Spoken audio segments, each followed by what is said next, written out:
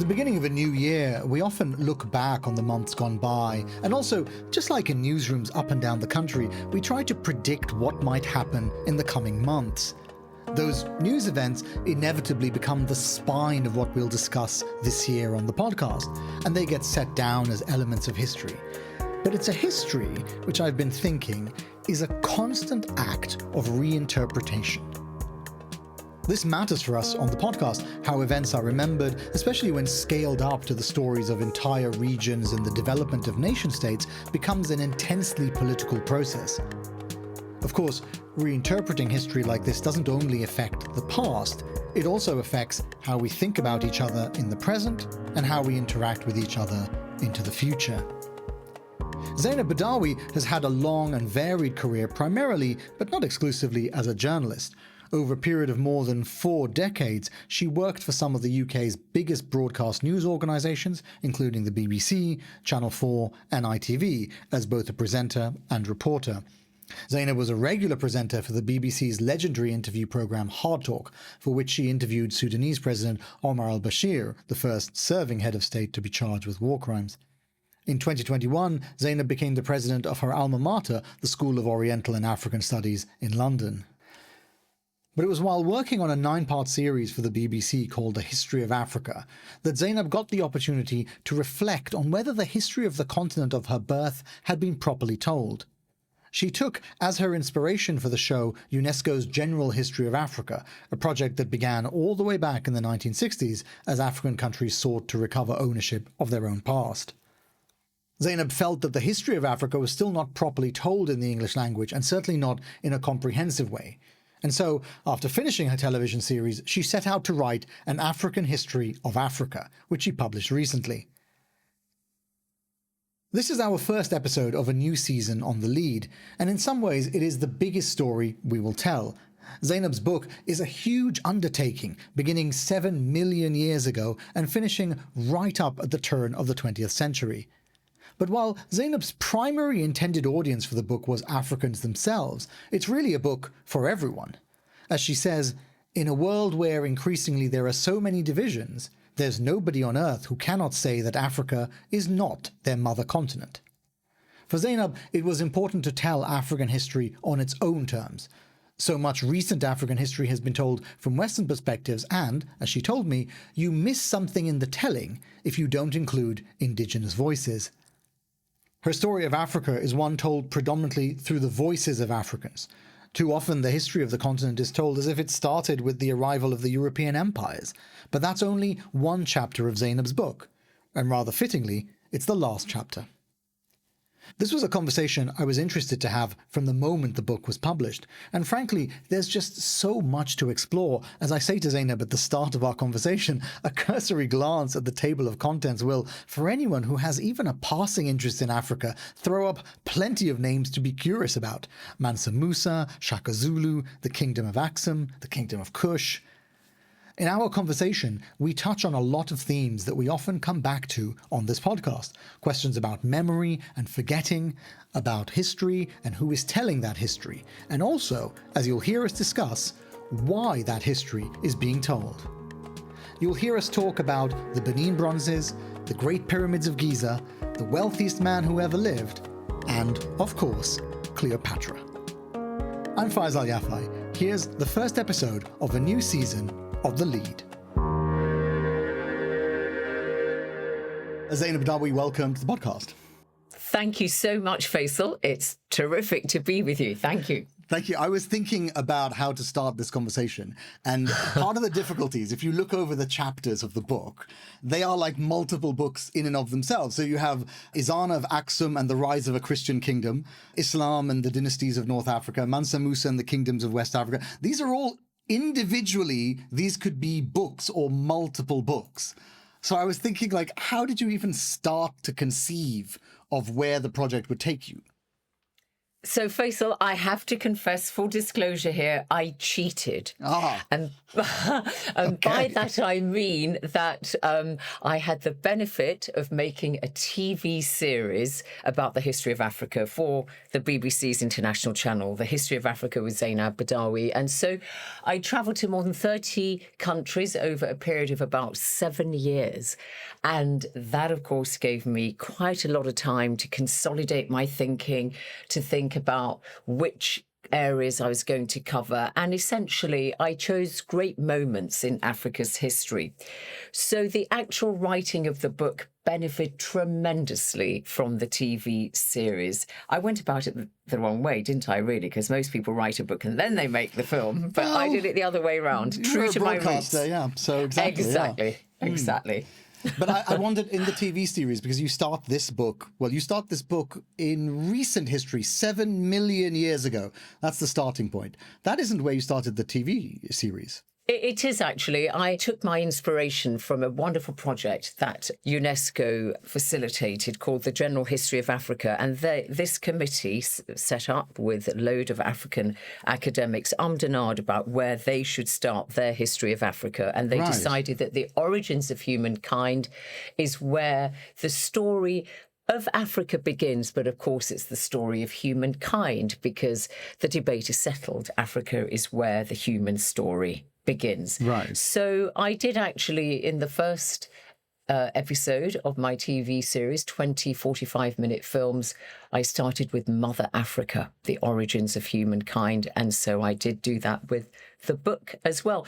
You know, I just wanted people to understand that in a world where increasingly there are so many divisions that actually go back through the millennia, and we all came out of Africa. There's nobody on Earth today who cannot say that Africa is not their mother continent. Why do you think it's so important to have started the book there, to say that at the outset before you tell an African history of Africa? Because it's sort of appealing to people's curiosity. Hey, are you not interested in knowing what happened in the continent of your birth, the continent of your origins? This is where your story begins. And so I wanted to make it an inclusive book, not just for people of African descent. I wanted to show people that African history is part of our global story. And so that's why I wanted to start there, to remind everybody that actually, you know, facts which can be quite surprising, that between 8 to 12,000 years ago, there was nobody who was white-skinned on Earth. I mean, we can't be sure of the exact date till we find a skin, but nobody was white, you know, blue eyes, flaxen hair. This all developed relatively recently. So I just wanted to emphasize our common origins. It's like this term that the people like, actually in the world of academy where you are now, they like the global majority, this term, rather than, you know, global south or something like this. They like this term, the global majority. And it kind of emphasizes the idea that, I guess they would say, Africans and Asians and Arabs are the global majority now, as opposed to the, you know, the history that is often told of Western Europe. Yeah, that's very true. I think that's what I did in my book as well, you know, to invert the telescope and to say you can't always look at the world through a Western lens. And when you look at the world today and all the challenges we have, they are global in nature and they must be tackled globally. And therefore, it makes sense to talk about a global majority, as you say quite rightly, Faisal, people from Asia, Africa, Middle East. And these are people who are not typically defined as being white. So I think that is definitely what we try to do at SOAS, London University. You know, we say we're a university of the world, and we try to ensure that we have perspectives from all parts of the world in order to meet our universal challenges. It's a really hard task to tell the history of Africa, because one starting point is that the majority of Africans would not have considered themselves Africans throughout this period that you're writing about. They would have thought of themselves as being in nation states or tribes or different groupings, but they wouldn't have thought from Ethiopia to Senegal that they are one people. No, I mean, you're quite right. It was the Romans who gave us the name Africa, and it was the name that they gave to their North African provinces once they defeated Egypt, Queen Cleopatra, in 30 BCE. And so that later on gave its name to the whole continent. But you're absolutely right. People didn't necessarily think of themselves as Africans. I mean, Africa was made up of many communities, and people by and large just lived in those communities. I guess it was the same in most parts of the world. When did people start identifying themselves as Europeans or as Asians and so on? Yeah. And in fact, I'd go even further, though, to say that African countries, of course, the vast majority, nearly all of them, didn't come into being until the Berlin Conference of 1884, 1885. And so people often say to me, which country's history did you give? And I say, well, look, this history goes so far back, I can't exactly start it in the 19th century, late 19th century, when these countries were formed. So with Africa, it's not even do they think of themselves as Africans, it's do they think of themselves as Mozambicans, Zimbabweans, Ghanaians. These are relatively recent constructs for these nation states. Yeah, I mean, it struck me that was part of the difficulty with reading these histories, that they don't map neatly onto the national borders today. They consider themselves to be maybe West African. Some of them do. I mean, some of the areas, for example, in West Africa around Ghana and Nigeria have historically been in roughly those same sort of borders. And obviously when you have the Sahara, which, cuts off Southern Africa or most of Africa from North Africa. But in general, it doesn't map neatly onto how people historically, in the long history of time that you're talking about, would have seen themselves. They would have seen themselves completely differently to how we're defining them today. That's absolutely right, Faisal. I mean, the British Prime Minister at the time of the Berlin Conference, Lord Salisbury, said we just drew lines across the continent, across rivers, and, communities. Exactly, communities were divided. So if you mention West Africa, you've got the Asante people who live in what's modern-day Ghana, as well as Côte d'Ivoire. Today, they may be called something a bit different, but these are essentially the same people. And so you see right across Africa communities which are essentially the same, living in different nation states. Having said that, in all my travels around the continent, there's nobody really who wants to redraw boundaries.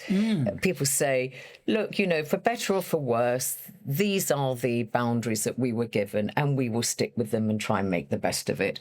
I mean, with one or two exceptions here and there, and the most recent country to have been created in Africa was South Sudan, of course, in 2011. And in the early 90s, you had Eritrea, of course, created. And there are some separatist movements, but by and large, countries in Africa today say, OK, that's it. This is what we were bequeathed, the colonial legacy, and we'll just make the best of it. Was that a surprise to you? Because I know you don't tackle the colonial period, but it was only, just 70 years ago that they were thinking about Pan-Africanism and how do we dismantle borders. Was that a surprise to you that so little time has passed and now these colonial constructs, as you say, a river here and a border there, have just been accepted? Yeah, no, it really wasn't much of a surprise, because a lot of the nationalist movements that grew up in Africa during the colonial era, what was known as the Gold Coast and became Ghana, although it had nothing to do with the ancient empire of Ghana, they were by and large the countries which, Britain and France, because these are the two main colonial powers in Africa, had divided between them. So I wasn't particularly surprised, because, as I said, the great pressures for new countries had by and large been completed. And in a way, I think that's right. It would be too difficult to try to redraw borders. The notion of Pan-Africanism, I don't think, is necessarily tied up with borders. It's more of a kind of ideology that says, let's try and have greater intra-African trade. That's the sort of modern manifestation of Pan-Africanism. Look to the continent itself for development, and let's try and nurture closer ties and connections between the nations. of Africa. You don't see a lot of it around. I always say I hope Pan-Africanism is a light sleeper because... Do you?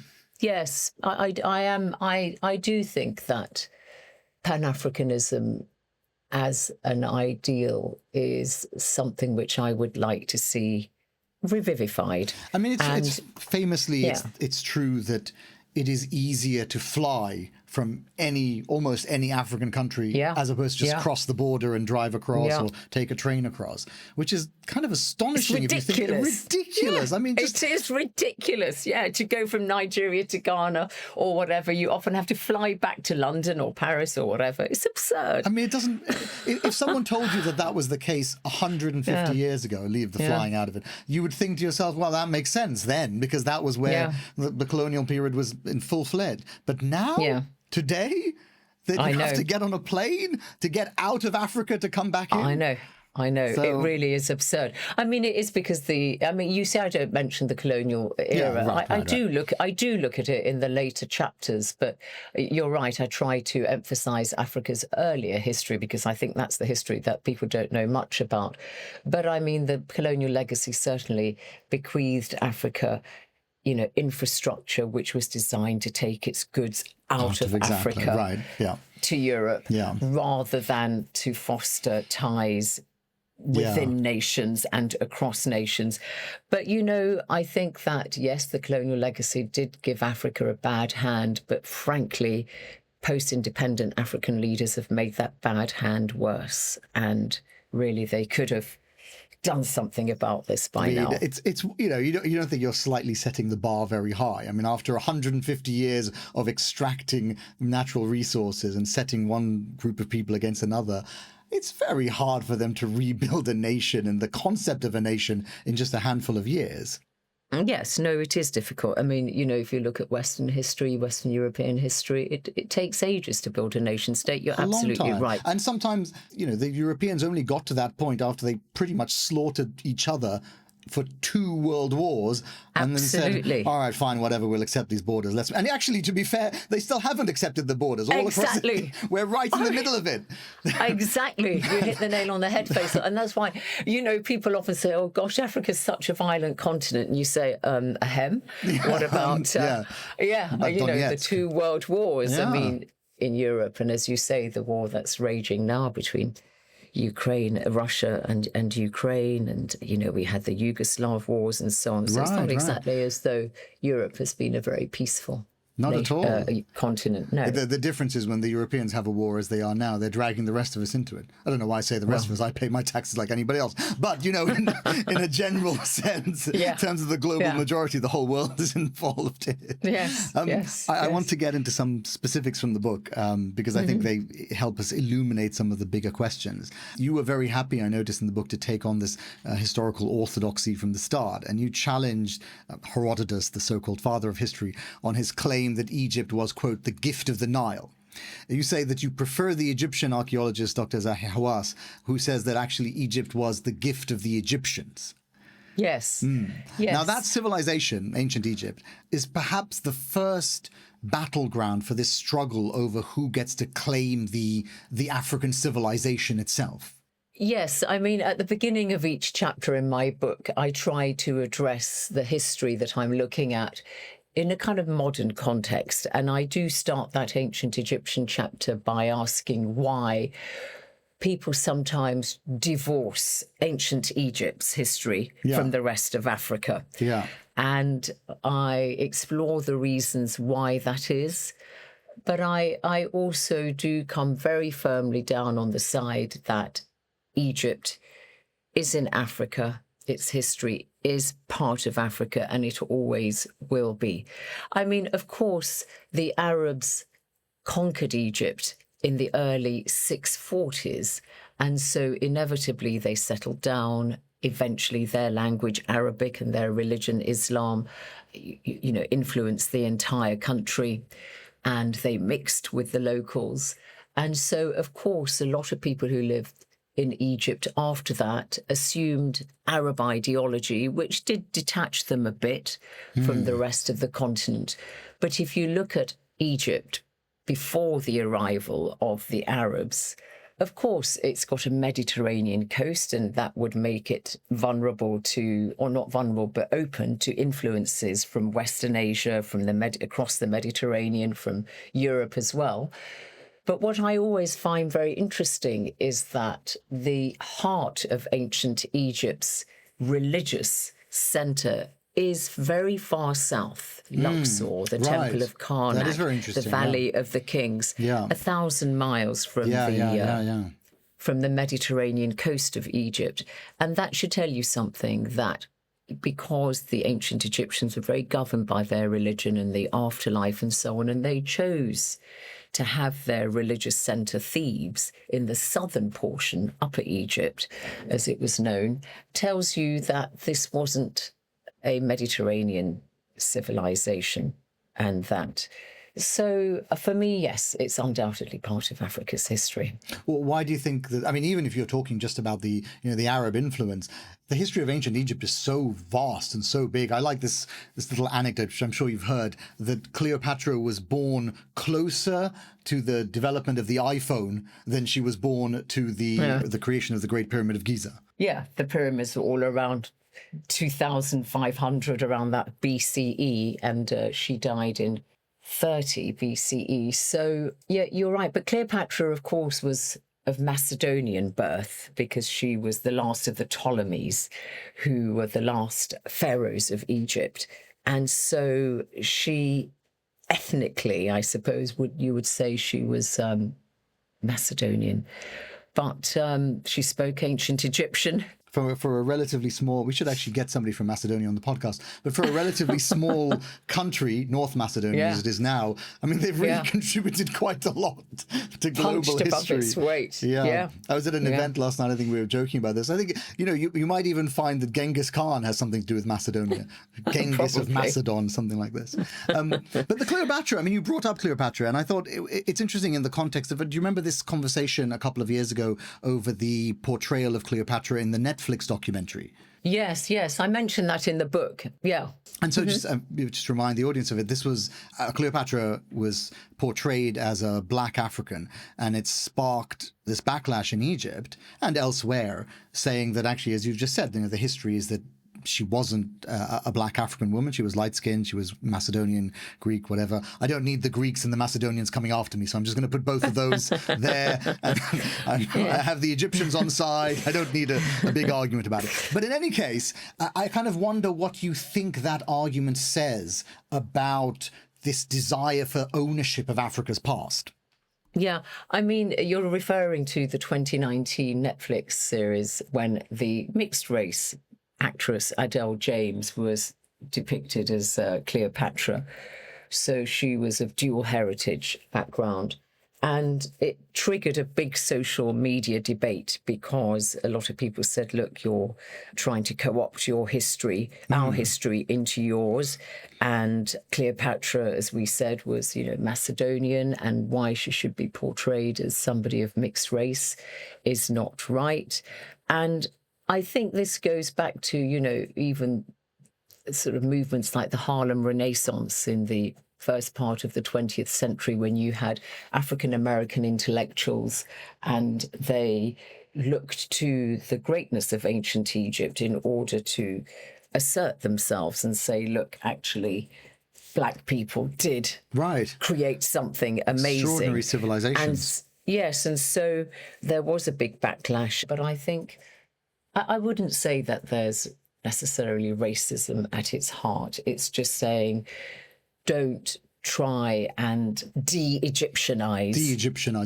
Exactly. Right. De-Egyptianize our history. They're very proud of it, of course. They have a massive tourism industry that's built around it. And I think it's just a question more of ownership. Were some of the people on social media, perhaps, some latent racism there? Perhaps. But I think what it speaks to, in my opinion, is the fact that we should not have a defined idea of what an African should look like. Yeah. Well, I actually think that it partly speaks to the reason why your book is so necessary, because I understand African Americans are having their own conversation about, as you say, African civilization, black civilization, what does it mean? And obviously, simply because of the power of the United States, that becomes a conversation that everybody is drawn into. But actually, it speaks to me to a lack of knowledge of African history itself, that they felt the need to focus on Egypt, because there are great African civilizations. You don't need to look, you talk about them in the book. You don't need to look far. There are multiple civilizations just in West Africa. So if you wanted to be proud of African history, it's right there for you. Multiple ones. Absolutely. Right. Yes. I mean, I don't know why. Yeah, I mean, that's a good point. I mean, obviously ancient Egypt, because it's the most eye-catching because of all the treasures found in tombs and pyramids and so on and so forth. Sure. But I mean, you're absolutely right. There are other African empires. The Ghana Empire, which was a very early one from 600 until 1235, when the Mali Empire took over in 1235. And of course, that gave rise to one of the greatest kings in Africa, Mansa Musa, who was born in 1280 and died in 1332, and reputedly the richest man to have ever lived. To have ever lived, yes. Yes, ever, because, I mean, his wealth is real. It's not just on what the stock market is saying that particular day about the value of your shares. Yeah, we're talking to you, Elon. And so, he had gold mines and so on. And he was so important that he featured on the map of a Spanish cartographer in 1375, 8 panels. And there he was on panel 3, I think, wearing a golden crown, holding a golden staff and a golden orb in his hand, because he was so important. And, he, on a trip to Mecca, he spent so much gold and gave away so much gold that the price globally plummeted by about 25% and didn't recover its value for more than a decade. So it shows you how the actions of this medieval West African king had an impact on the global economy. So this idea that Africans somehow stand on the sidelines of history whilst others make history is very disproven by Mansa Musa I. So actually, I mean, the producer of the podcast and I were talking about this, because it seems like sometimes the economics of global history is just written out of the historical record. People act, as you said earlier, that as if just stuff was happening and somehow that these people were immune to the forces that we have today, when actually the economics of the world and trade was so important in the medieval period, not even in recent history. Absolutely. I mean, trade. That's what it was all about in those days. And not just an exchange of goods, but also ideas and languages and so on. So this is a very important thing to remember, that, Trans-Sahara trade was a really flourishing one. And then, so Africa wasn't isolated from all of this at all. I want to ask a bit about the telling of history, but first, this is very important to me because I need people to think that I'm very plugged into pop culture. I want to talk about Bridgerton. But because you know what Bridgerton is? Bridgerton is this TV show. You're lucky I watched it, actually, Faisal, because I watched very little TV. But was it on during COVID when I did perhaps start watching it because there was so much interest in it? So yes, I know exactly what you mean. Rhonda Rhimes, is it, who made it? The series. So I need to pretend at this point that I know what you're talking about. Most of my knowledge of this comes from other people in Wikipedia, but it's going to be enough to just get me through this question.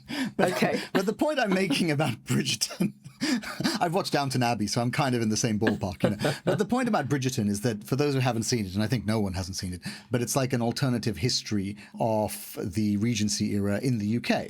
And some of the characters, this is where my knowledge falls apart, but some of the characters are black or of Indian origin. In any case, my point about this is that it's related to what we were talking about with Cleopatra. You don't need to create an alternative history to have Bridgerton. You can just have an African princess from a real African dynasty. Yes. These things irritate me, Zeinab. You don't seem very motivated by this. But these things irritate me because, why do you have to make this fiction? It exists in the real world. Yeah.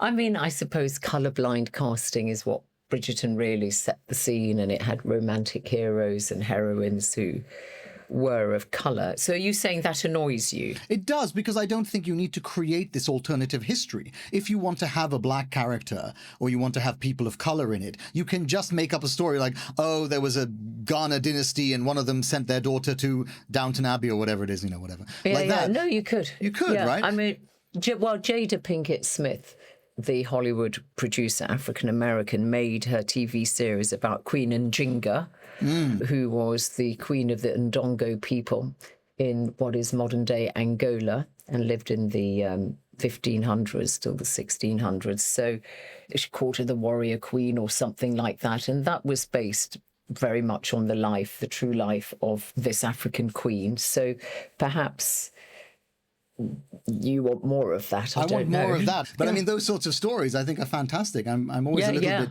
disappointed that Hollywood and the BBC and elsewhere, they feel the need to create these things out of thin air when they exist in the historical records. No, you're right. You've got a point. You've got a point. And Queen Njinga, I think, is a very good one because her life was very colourful. Lived, as I said, born, I think, in the early 1580s and lived a long life and died in the 1660s and had a very eventful life. So really, perhaps somebody is listening to you, Faisal. I hope, because this leads me to my other point about history and about the telling of history and who is telling this history. Because I've felt that, there were all these archives in Timbuktu in particular, which, as you were saying, the trans-Saharan trade was great. And Timbuktu functioned as a kind of center point between the Arab in the north and the Africans.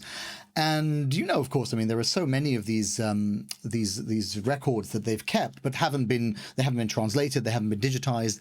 And I'm convinced that when they are translated and digitized, we will find a great deal of African history in them. Because one thing we knew about the Arabs is that they just loved writing stuff down. They loved writing it down. And so I'm sure we will find all this history in it.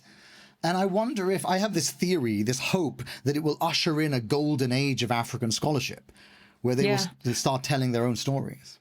Well, I mean, they have already, and you're absolutely right. The Library of Timbuktu and the Great Mosque, which I saw, is a great repository of African writing written in Arabic by African scholars like Ahmed Barber from the early 1500s on all sorts of topics, philosophy, law, science, and so on, because Timbuktu was a great centre of learning. It flourished during the Mali Empire, during the Songhai Empire, which succeeded the Mali one when it fell. And in fact, that's when Timbuktu reached its heyday because, it was made up of settlements, these empires, and they attracted scholars from all over Africa and even further afield. And it's just unfortunate that some of the material has been lost because they were attacked by extremists in 2013. Yeah, but still, a lot of it has been digitized by UNESCO, the UN's cultural organization.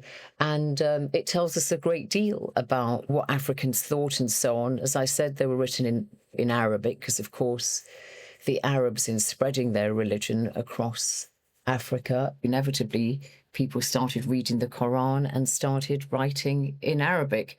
And, and they went into West Africa as early as the 8th century, even earlier in East Africa. Mind you, there were people like in modern-day Ethiopia who already had their own script. But this idea that Africans didn't have any history because they did not write it.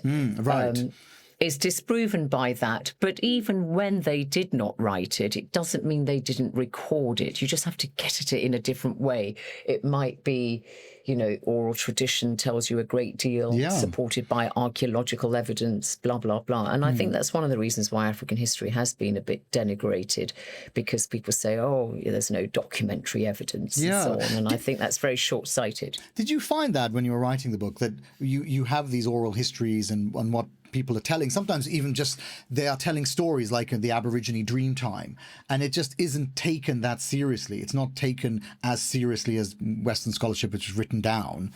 Did you find that was... Absolutely. Yeah, absolutely.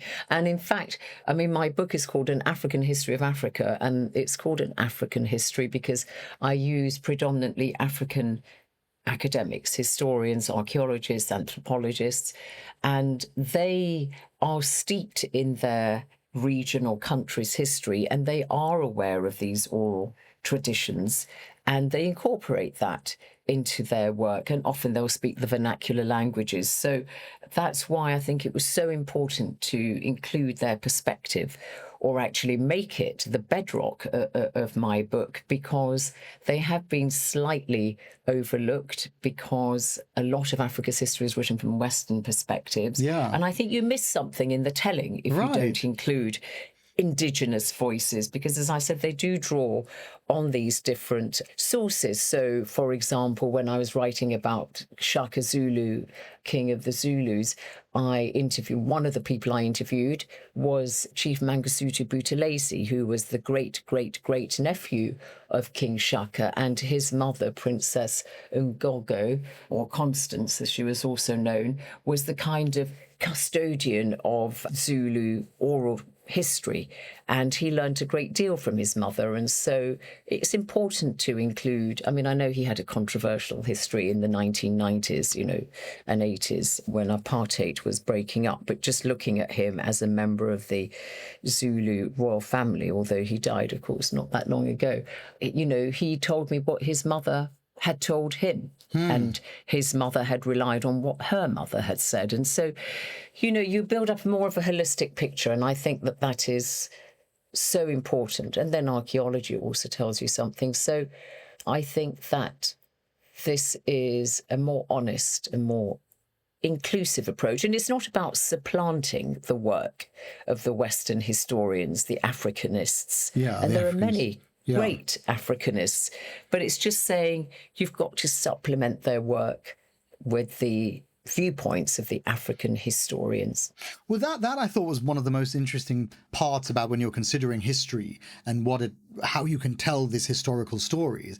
You actually need to have much more like political history, because you need the African countries to talk about why they did certain things to neighboring countries, or why they went on certain pilgrimages, or why they invaded these other countries. You need that kind of political history, but you need it almost from a political lens. You need like one group of people to say, well, that's why we did this, the Marxists, and then another group of people, I don't know, the Islamists, like that.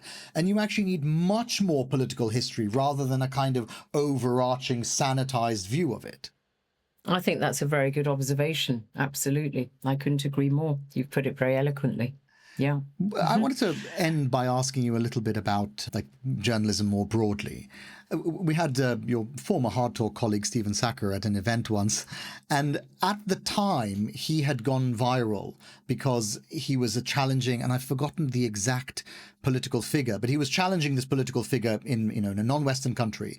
And the president of that country said, you come here, you're a Westerner, you're British, all of this sort of things. And that kind of response to, a white, posh Englishman criticizing the country was taken as something positive. Finally, the global majority is speaking back to these colonizers, the former colonizers. But I wonder for you, about your own journalism journey, how does it feel when you are asking questions of political leaders that their own people can't ask of them? Well, yes. I mean, I think that's true for everybody we interview, that particularly working on a program like Hard Talk, it gives you a license to ask hard questions. Yeah, to be rude. Well, I don't know. I take issue with being rude. I hope I was never rude. But, perhaps just asking robust questions. Okay. And I think that was the great thing about Hard Talk, is that it did what it said on the tin, ask robust questions. But I mean, I think I always try to engage with arguments and to put an alternative viewpoint and to challenge where necessary. And yes, I felt that we were really providing a service, as you say, asking questions which the citizens of these countries and maybe local journalists might be a little bit reticent to ask, Right, because they'd be worried about any repercussions. Whereas, we had the might of the BBC in front of us, and so on. So I think it was a very, very important show. I loved working on it. Stephen was also a terrific colleague, great deal of admiration and respect for him. Although, of course, we didn't see each other very much on the show because, of course, if he was doing it, I wouldn't be there and vice versa. Right. But I had presented it for 20 years. And I think that it earned its place, I think, in the firmament of great British journalism. Yeah, And if very sadly missed. For Yeah. those who don't know, it was cancelled earlier this year, I think. That's right. It was ended in February, I think. That's right. It was axed. It was given the chop Yeah. in March this year. But I think, on the other hand, we should say it lasted for 27 years, the best part of 3 decades. And that's very impressive for any programme to have survived that long.